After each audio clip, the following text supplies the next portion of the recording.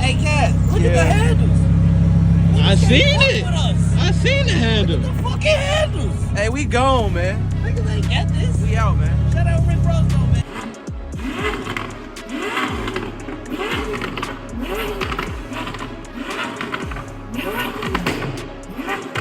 Imagine being a kid from Parkway Gardens on the south side of Chicago, a block so notorious the whole world knows it by two letters, O Block. And fast forward a little over a decade and you're pulling up to a body shop in Los Angeles telling grown men to turn your Lamborghini into a fighter jet. Not a race car, not a Batmobile, a fighter jet with the teeth painted on the nose like a World War II bomber. And they said yes because the check cleared. That's Chief Keef. That's Sosa. And what I need y'all to understand before we even get started is that this ain't one of those rapper collections where a man leases a Lambo for a music video and returns it Monday morning. Keef actually collects. He's got a whole separate Instagram page just for his cars. He's got shops on speed dial. He's got a theme running across multiple vehicles like a movie franchise. And every single year, without fail, the garage gets bigger. We counted it up for 2026 and the number is stupid. We're talking somewhere north of $3 million sitting in one garage. And that's a conservative estimate because half these cars have been modified past the point where a price guide even applies anymore. Ferraris, Lamborghinis, a Porsche built for the track, a Mercedes that costs more than most people's houses, and 3 BMWs because the man just can't help himself. And I'ma say this and let y'all fight about it in the comments. No rapper in the game right now has a better collection than Chief Keef. Not a bigger one, a better one. Because anybody with a bag can walk in a dealership and point. What Keef does is different. Every car in this garage has been touched, planned, themed, and rebuilt into something that don't exist anywhere else on earth. This ain't a garage, fam. This is a real-life GTA save file. So what we're doing today is going through every single whip in the 2026 collection, cheapest to most expensive. And by the time we get to the last one, your jaw is going to be on the floor. Let's get into it. Starting things off with the Chevrolet Camaro ZL1 because this is the cheapest car in the whole collection and it still makes 650 horsepower. Let that sink in for a second. The entry level in Sosa's garage is a supercharged American muscle car that'll do 0 to 60 in under 4 seconds. For anybody who don't know the ZL1, this is the top of the Camaro food chain. Under the hood, you got a supercharged 6.2-liter LT4 V8, 650 horses, 650 pound-feet of torque. Same engine family that's in the Corvette Z06 from that era. This ain't no rental car with a body kit. This thing is genuinely fast. Keefs is finished in all white, and here's the part I like. He maxed it to his Hellcat red eye on purpose. Both white, both supercharged, both sitting in the same garage like a matching set. Most people buy muscle cars random. Sosa was coordinating. Now am I gonna sit here and tell you the ZL1 is the crown jewel? Nah, it's the cheapest thing he owns and it shows up in the fewest posts. But that's exactly why it's a good starting point, because it tells you the floor of this collection is where most people's ceiling is. And honestly, out of all the rappers rocking Challengers and Chargers, Keef going Camaro was a switch up. Everybody was on Mopar. He went bow tie. Respect.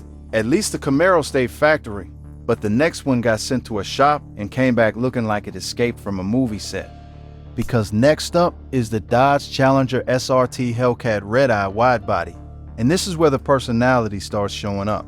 Now originally Keef had a Charger Hellcat, the 4-door. Cool car, no complaints, but he didn't keep it long. He made a stop at RDB LA out in Los Angeles and swapped it for the Challenger Red Eye instead. Spec-wise, the Red Eye is no joke. Supercharged 6.2-liter Hemi, 797 horsepower, 707 pound-feet of torque. This is the Demon engine, detuned slightly for the street, which tells you everything. 0 to 60 in the mid 3-second range in a car that weighs over 4,000 pounds. But the build is what makes it. RDV put a wide-body kit on it, then went and did custom green headlights. Green. Not blue, not smoked, green. Then they blacked out sections of the hood and the windows so the whole thing reads like something out of Death Race. It's aggressive in a way that don't feel accidental. And here's what I respect about it. Keef didn't just buy the loudest Mopar and leave it. He had a specific look in his head and he went and got it built. That's the difference between owning cars and collecting them. No cap. But that's nothing compared to what he did to a Jeep, because this next one he literally designed in a video game first. Now let's move on to the Jeep Grand Cherokee Trackhawk, because the story behind this build is one of the wildest things I've heard in car culture, period. First, the numbers. The Trackhawk takes a regular Grand Cherokee and drops a supercharged 6.2-liter Hemi in it. 707 horsepower, 645 pound-feet, 0 to 60 in 3.5 seconds in a family SUV. When this thing came out, it was the quickest SUV you could buy in America, and it wasn't close. But Sosa's ain't stock looking. According to the shop that built it, RDB LA, Keefs envisioned this whole thing in a video game and brought them the concept to make real. That's the part that gets me. He was in a game, built the car in the customizer, then walked into a real shop and said, make this. What came out is wild. Full wide body kit, properly fitted. A stealth camo wrap running gray into black into dark gray. 22-inch Savini wheels, lowered on springs. New exhaust, a Demon-style hood. Lights all across the front. And then the detail that ties the whole collection together.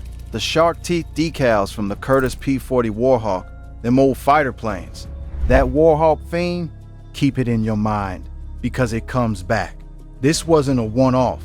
This is a whole design language across the garage. At least the Jeep had an engine you could hear coming, but this next one don't make a sound, and is still one of the strangest things in the collection.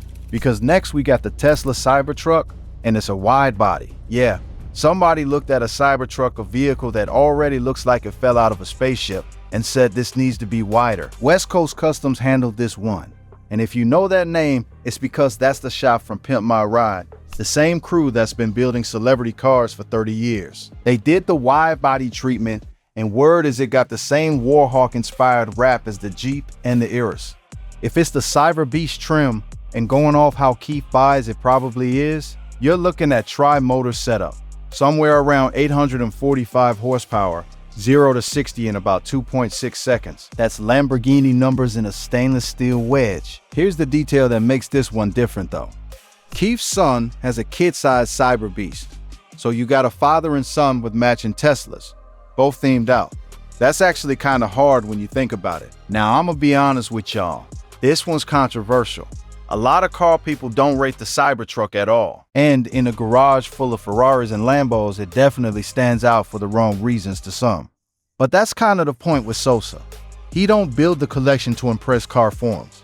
He builds it to entertain himself. And speaking of things Sosa does purely for himself, we gotta talk about the BMW situation, because it's a whole problem. So now let's get into the BMW M3 Competition. And to explain why this matters, I gotta take y'all back over 10 years. Mid-2010s, Keith is 16, 17 years old. Just blew up off Bangin' I Don't Like. And he moves out to the Chicago suburbs and immediately goes on a shopping spree. And what did he buy? BMWs. He had an i8, he had the X6, he had an M3, he had a red 6 Series. The man has been a BMW guy since before he could legally drink. So fast forward to now, and he's got 3 of them again. First one is this M3 Competition, the G80 generation, 2025 model year. The engine is the S58, a 3-liter twin-turbo straight 6, making 503 horsepower. 0 to 60 in the low 3-second range with all-wheel drive. His is graphite gray, and he sent it to HTG Performance, who put their full front carbon aero package on it, plus a functionally vented carbon hood. Functionally vented, meaning the vents actually move air, they ain't just for looks. Small detail, but it tells you the build was done right. And honestly, a lot of people, myself included, think this thing looks better than the newer M5 he's got. Cleaner, meaner, more focused. Y'all think I'm wrong on that? Let me know. But if you thought one BMW was enough, Sosa got 2 more. And one of them is the prettiest car in the whole garage. Now the BMW M4 CS is where things get real for the enthusiasts watching. Because the CS ain't just a trim badge, that's BMW's hardcore version. Same S58 engine as the M3, but turned up to 543 horsepower. All-wheel drive standard, 0 to 60 around 3.2 seconds, and a bunch of weight taken out with carbon fiber. Keefs is Riviera Blue, and if you know that color from Porsche World, you know exactly how loud that blue is. On a BMW, it's unexpected, and it works. He took it back to HTG Performance, and they did front mount intakes, lowering springs, and spacers. Then he fitted it with BBS LMRS wheels, which is a proper enthusiast wheel choice. Them BBS wheels are a classic. They've been on race cars for decades, and putting them on a modern M4 is the kind of move somebody makes when they actually know cars and ain't just buying whatever the shop recommends. That's the thing about this one. It's not the fastest thing he owns, it's not the most expensive, but it might be the best executed. Everything about it is tasteful, and in a collection that includes a Scooby-Doo Lamborghini, tasteful means something. But that's nothing compared to the third BMW, because that one's got a battery in it and it weighs as much as a truck.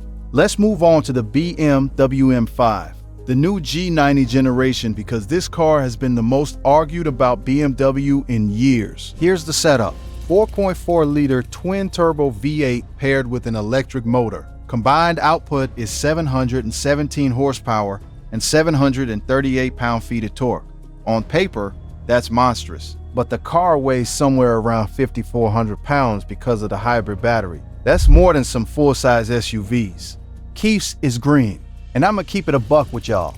This is probably the most divisive car in the collection, and it ain't because of the color. It's that new BMW front end, them big grills, the futuristic light signature. It splits people right down the middle. Some folks love it, a lot don't. For real though, when you got an M3 and an M4 CS already sitting in the garage looking as clean as they do, the M5 has a hard job. It's heavier, it's less exciting to look at, and it costs more. Some would say he should have gone with the previous generation M5 Competition instead. But you know what? It's his money and he wanted the newest one. And having 3M cars at once ain't a flex most people can make. All he needs now is an M2 and the set's complete. And hit that subscribe button right quick before we keep going. Because from here on out, every single car costs more than most houses. And the last three are absolutely insane. Now we're moving into the Range Rover SV Autobiography. And there's a story behind how he got it. This one was a gift from Steve Will Do It, the YouTuber. And it didn't come alone, it came as part of a package with a Ferrari that we'll get to shortly. Imagine somebody gifting you a Range Rover and a Ferrari at the same time. The SV Autobiography is the top of the Range Rover range, the one built by Land Rover's Special Vehicle Operations Division. Depending on spec, you're looking at a twin-turbo V8 in the 500 to 600 horsepower area, and an interior that's honestly nicer than a lot of luxury sedans. Reclining rear seats, tables that fold out, the whole treatment. Keefs is plain white. No wrap, no kit, no wheels. And that's actually notable, because in a garage where everything gets modified, this one just sits there stock, which tells me it's either the daily driver, the car he takes when he don't want to be recognized, or he's already moved it on. Honestly, wouldn't surprise me either way. Ranges are legendary vehicles, but they don't fit the theme. And Sosa is heavy on theme. At least the Range Rover was practical, but this next one don't do practical. It does backseat royalty. So now let's talk about the Mercedes-Maybach S680, because this is the only car in the entire collection built for the passenger and not the driver. The S680 is the top of the Maybach S-Class line, and the number in the name tells you what's under the hood. 6-liter twin-turbo V12, 621 horsepower, 664 pound-feet.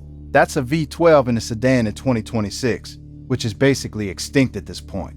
Almost nobody builds them anymore, but you don't buy this car for the engine. You buy it for the back seat. Full recline, massage, champagne setup, curtains, screens, the works. It's a first-class cabin on wheels. Base price on these is around $240,000, and they climb from there fast once you start optioning. Keith went two-tone, gray on the bottom, black up top, which is the classic Maybach look, and it does exactly what it's supposed to. That car looks like money, and here's why I rate it higher than people expect. In a collection full of screaming supercars and cartoon wraps, having one car that's just quiet, comfortable, and grown says something. Every serious collection needs a car you can actually take somewhere without the whole block coming outside. But that's nothing compared to the next one, because we're finally getting into Ferrari territory, and it don't stop from here. Now let's move on to the Ferrari 488 Spider, And this is the other half of that Steve Will Do It gift I mentioned. The 488 Spider is a mid-engine Ferrari with a retractable hardtop. 3.9-liter twin-turbo V8, 661 horsepower, 0 to 60, right around 3 seconds flat. And that folding roof comes down in about 14 seconds. This is the car that took over from the 458 and is one of the most usable Ferraris ever built. But Sosa being Sosa, stock wasn't gonna work. He sent it out for a Liberty Walk wide body kit. Now, if you don't know Liberty Walk, they're a Japanese outfit famous for one thing. They cut into exotic cars, like actually take a saw to a Ferrari to fit the fenders. Purists hate them for it. Everybody else thinks it's the hardest thing going. Putting a Liberty Walk kit on a 488 Spider is a statement. You're saying you don't care what the resale value does. You don't care what Ferrari themselves think. You want the car to look how you want it to look. And that's kind of the through line with this whole collection when you step back. Most people who buy cars at this level are thinking about appreciation and originality. Keef treats them like toys. Expensive, beautiful toys that exist to be played with. At least the Ferrari only got cut up once. But this next one has been 3 completely different cars. And it started out as an SUV. So now we gotta talk about the Lamborghini Urus. And fam, this car has lived more lives than a cat. Base specs first. 4-liter twin-turbo V8, around 640 horsepower, 0 to 62 in 3.6 seconds. Top speed of 190 miles an hour. When it launched in 2018, it was the fastest SUV in the world. Now here's the journey. Version 1, Keef takes it to RDBLA. They put a 1016 Industries wide-body kit on it with a forged carbon theme and wrap it in bright yellow sunflower. Black and yellow Forgiato wheels. Clean, aggressive, done. Version 2, and this is the one that broke the internet. He turns it into the mystery machine. From Scooby-Doo, West Coast Customs did it, complete with the words written across the rear windows, and the Forgiatos got swapped to orange and green. A Lamborghini, painted like a cartoon van. Only Sosa, version 3 is where it is now. He got tired of the Scooby-Doo look, understandably, because everybody in Los Angeles knew that car on sight. So West Coast Customs redid it as a fighter jet. Weather paint, the Warhawk teeth on the nose, and Hot Wheels logos on the sides because Keef is a serious Hot Wheels collector.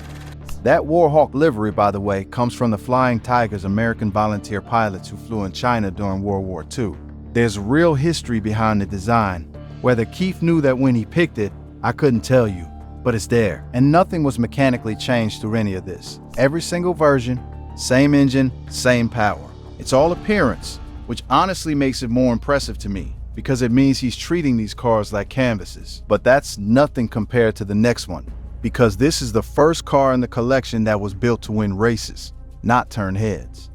Now let's move on to the Porsche 911 GT3 RS.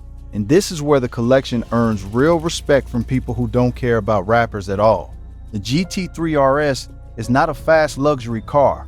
It's a race car they figured out how to make road legal. 4-liter naturally aspirated flat 6, 518 horsepower, and it revs to 9,000 RPM.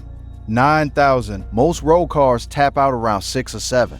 7-speed PDK, rear wheel drive only. But the real story is the aero. That massive rear wing has a DRS system, same concept as Formula 1, where a flap opens on the straights to cut drag and slams shut under braking for downforce. This is the most aerodynamically serious 911 Porsche has ever sold to the public. Keefs is white with indigo blue wheels, which is a proper spec, and he's had it out in the dirt and out in the canyons. That's the part I want to highlight. He drives it. A lot of people buy GT3 RSs and park them as investments. He's out there actually using it. And he had to have the wing. Of course he did.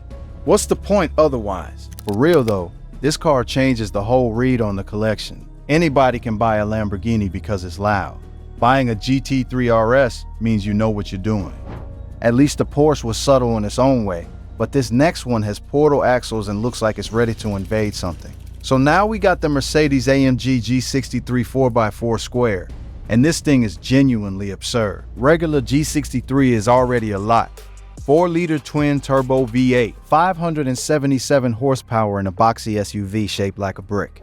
The 4x4 square takes that and lifts it on portal axles, which is military truck technology. giving it around 14 inches of ground clearance. It stands so tall you basically climb into it. Keefs is blacked out completely, and these are rare.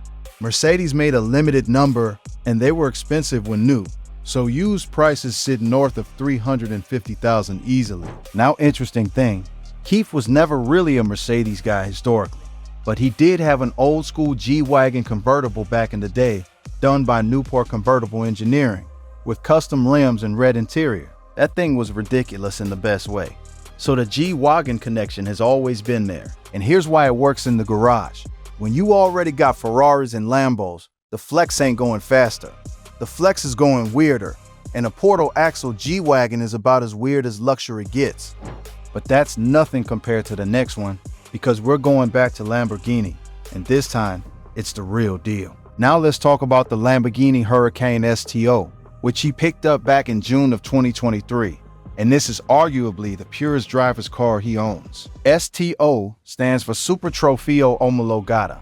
Omologata means homologation, which in racing terms means they built a street version so they could go race the thing. This is Lamborghini taking their Super Trofeo and GT3 Evo race cars and making a version with license plates.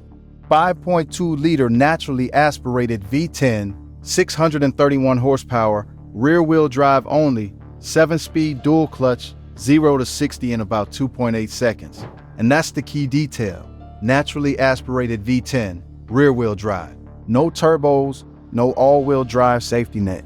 It's raw. Price when he bought it was around $400,000. And what I love about the STO in the context of this collection is that it can't be improved by a wrap. It's already the best version of what it is. There's nothing a body shop can add, which is probably why we don't see this one getting themed out like the Urus does. Between the STO and the GT3 RS, Keef has two cars that serious track guys would kill for. That's not a coincidence. That's taste developing over time. At least the STO was built for a track, but the next one is a Ferrari with 4 doors and a V12, which shouldn't even be legal. So now we're on the Ferrari Purosangue, which he picked up in August of 2025. And this is one of the hardest cars to get in the world right now. Here's why it's special. Ferrari swore for decades they'd never make an SUV. Enzo would roll over, all that. Then they made this, and when they finally did it, they didn't cheap out. They put a 6.5-liter naturally aspirated V12 in it, 715 horsepower, front mid-engine, all-wheel drive, 8-speed dual clutch, 0 to 60 around 3.2 seconds in a vehicle that weighs almost 4,800 pounds. The rear doors are coach doors, meaning they open backward like a Rolls-Royce. It's got no B-pillar issues, no roof rails, nothing that says SUV. It's a Ferrari that happens to be tall. Keefs came matte black with red leather inside, and reports put what he paid somewhere between $400,000 and $450,000. And he's already had it modified, and this is the only V12 he's got alongside the Maybach. Think about that. In a world where everything's going turbo and hybrid, Sosa's got 2 naturally aspirated 12-cylinder engines sitting in his garage. But that's nothing compared to what's coming, because the last 3 cars are the ones that put this collection in a different tier entirely. Now, word going around is that Sosa's got a Rolls-Royce Cullinan in the fold, and he's had a wide-body kit built for it. The Cullinan is Rolls-Royce's SUV, 6.7-liter twin-turbo V12, around 560 to 590 horsepower depending on trim, and current models sticker anywhere from $430,000 to well over $500,000 before you touch the options list.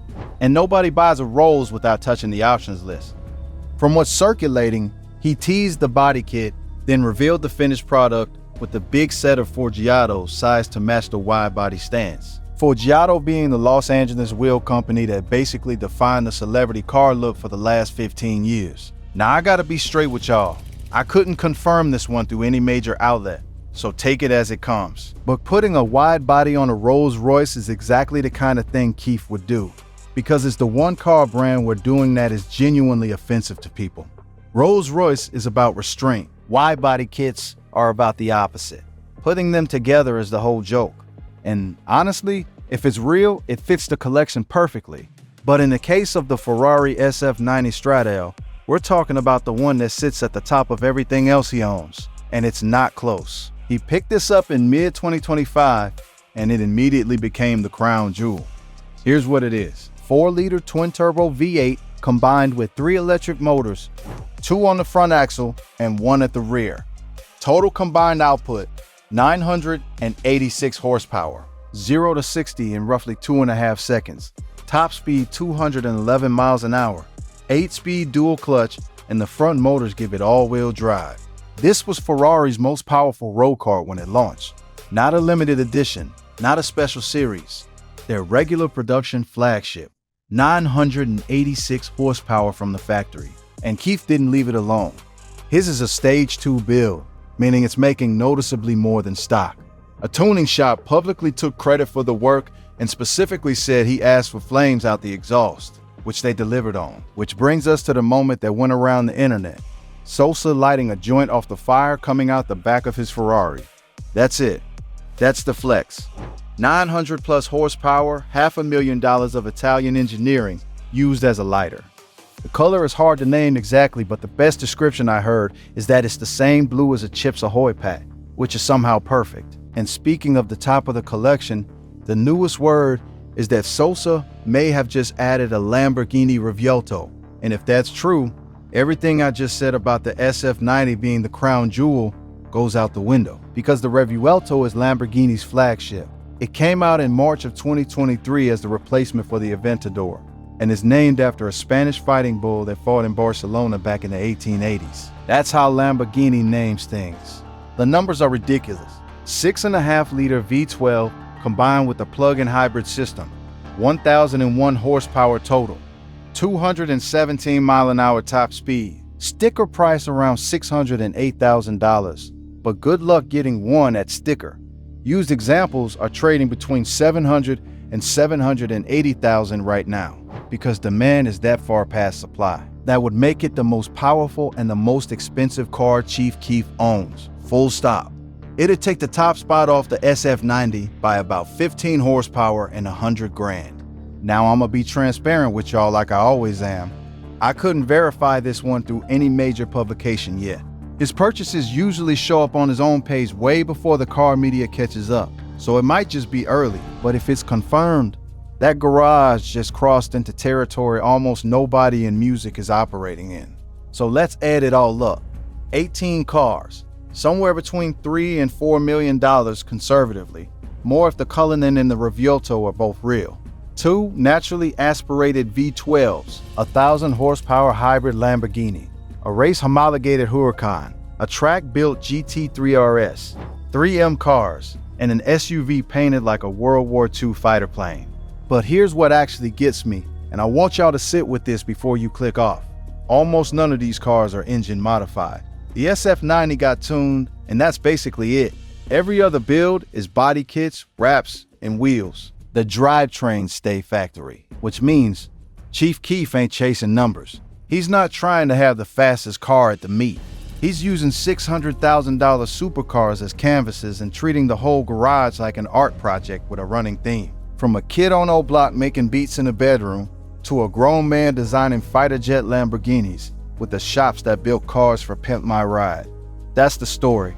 And the wildest part is he's 31 years old. This collection has decades left to grow. So drop a comment and tell me which one you're taking home.